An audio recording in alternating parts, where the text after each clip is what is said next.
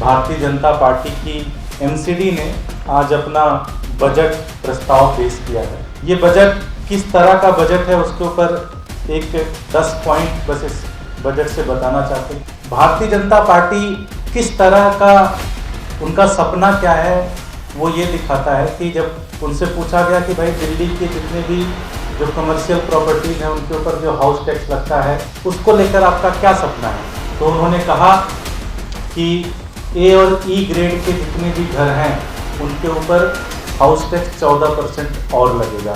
F और H श्रेणी के जितने भी घर हैं उनके ऊपर हाउस टैक्स 12% और लगेगा।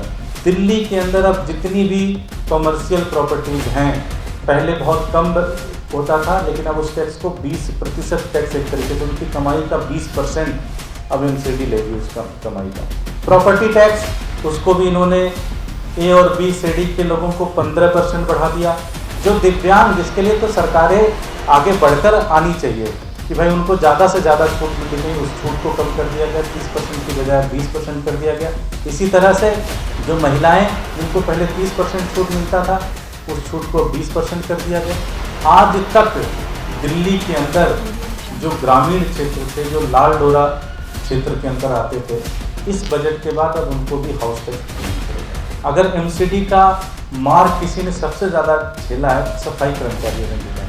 20-25 साल से लोग परमानेंट होने के लिए लड़ाई लड़ रहे हैं, वेतन के लिए लड़ाई लड़ रहे हैं, मूलभूत सहूलतों के लिए लड़ाई लड़ रहे हैं। इस पूरी बजट में एक लाइन सफाई कर्मचारियों के लिए नहीं लिखा गया। और भारतीय जनता पार्टी की जो सबसे अहम कारगुजारी है, जो 10वां नंबर है, जो तीनों कूड़े के पहाड़ हैं, पिछले कई सालों से ये उसको साफ कर रहे हैं। पिछले कई सालों से पैसा डालते हैं, फिर इनका पार्षद पैसा चोरी कर लेता है, इनके अधिकारी पैसा चोरी कर लेते हैं, लेकिन इस पूरे बजट में एक भी पॉइंट ऐसा नहीं है जिसमें ये बताता हो कि ये ओखला का लैंडफिल साइट कैसे साफ करें। इस बजट से सिर्फ और सिर्फ दिल्ली की जनता का नुकसान होगा, दिल्ली की जनता को और टैक्स देना पड़ेगा, लेकिन आम आदमी पार्टी इस बजट को रिजेक्ट करती है।